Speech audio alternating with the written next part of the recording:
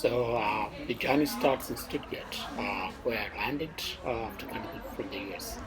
And after a brief over in Stuttgart, I took this train headed to Amsterdam, passing through southern part of Germany on train. And there you see all this rural German and Germany rather, and this part of the train. And as you continue, you start to see some vineyards. There are a few castles. This is one of the train stations, I think around Cologne. And we continued, and I think I changed my train at Düsseldorf. At Düsseldorf, that's where I changed my train to head to Amsterdam. The train ride was very smooth. The train is almost empty. There are very few people who are going that direction. So like in the coach, we were just like about 4 or 5 people. Some people come in, some people drop off until we reach Düsseldorf.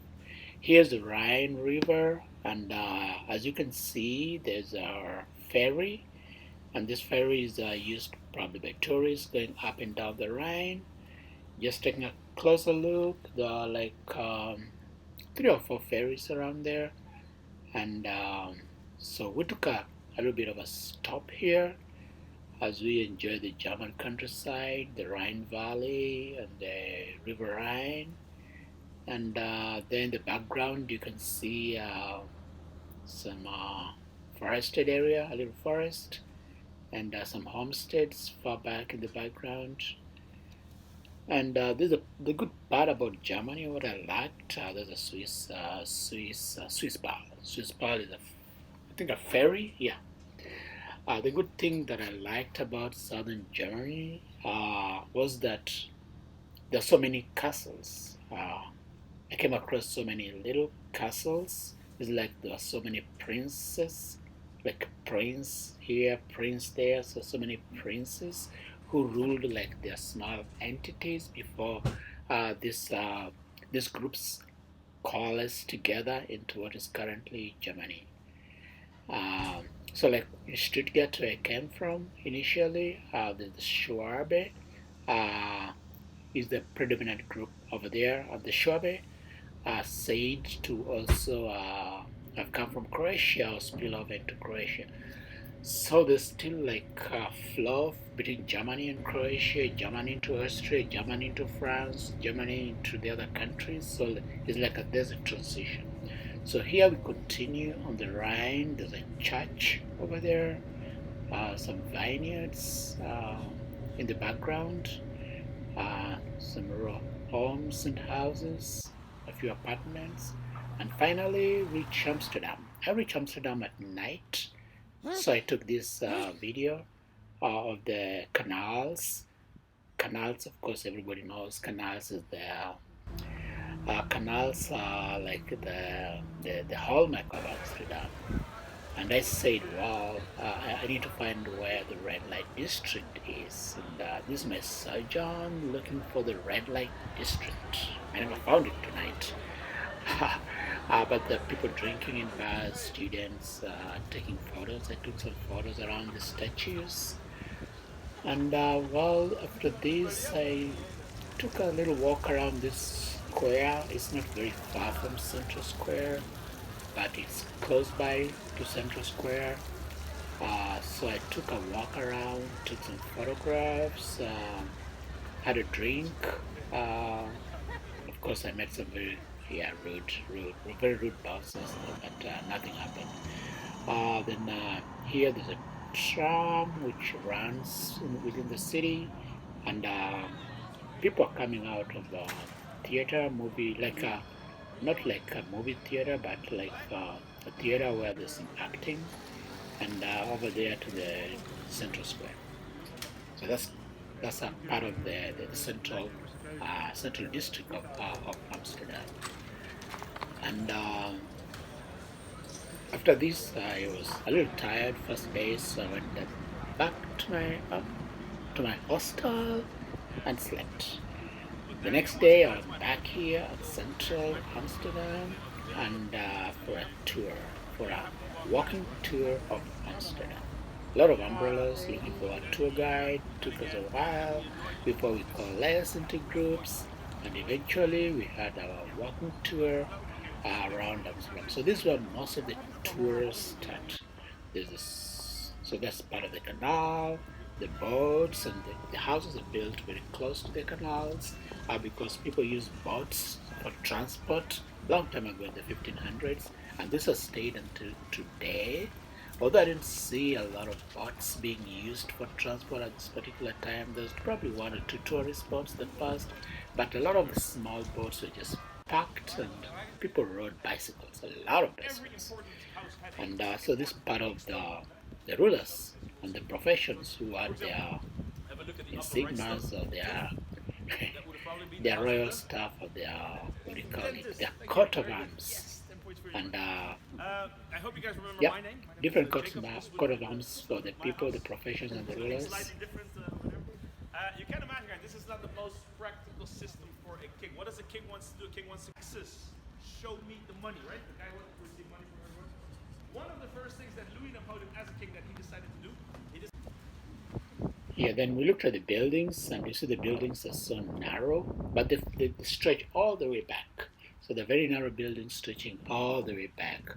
And they are so narrow because of the issue of how much land you're occupying, the width of the house. It is something with taxation, and people trying to evade taxes. Business people in the 1500s, 1600s, and building very narrow houses that are very long going back to the back.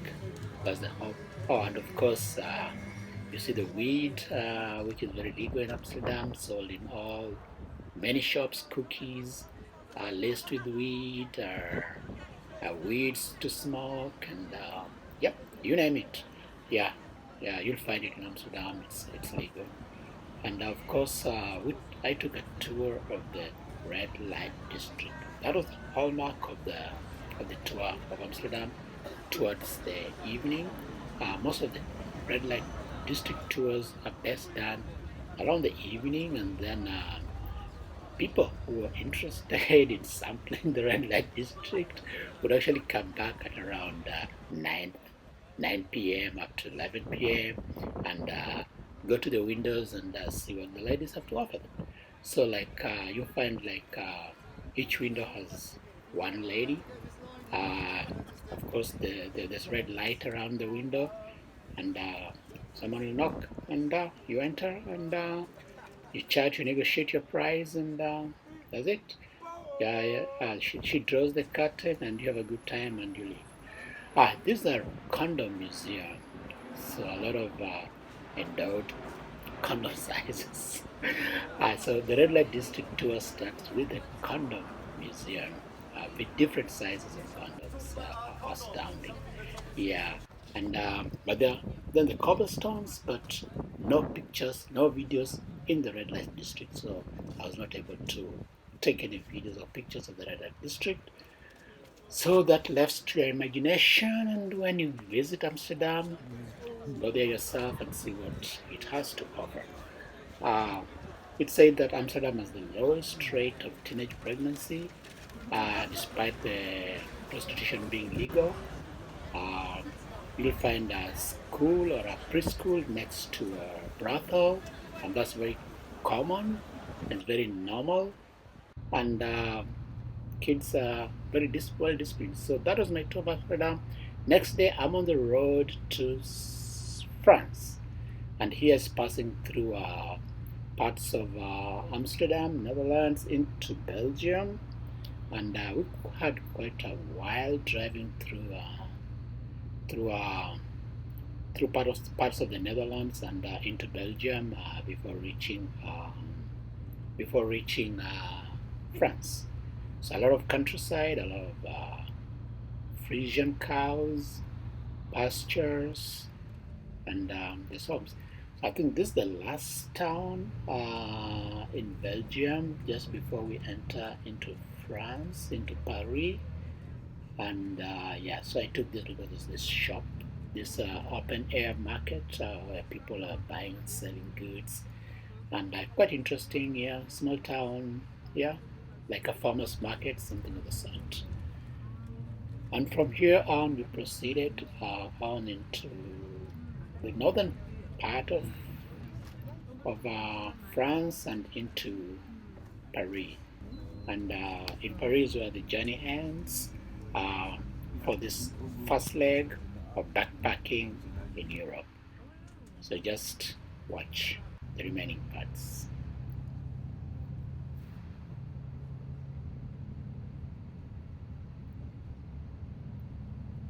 There's the highway. This one highway runs all the way through Paris, then another one southern France into Spain. Uh, so you can either drive across the countries, take a bus, or take a train. My choice was the bus, simply because backpacking on a budget is cheap, like 30 euros.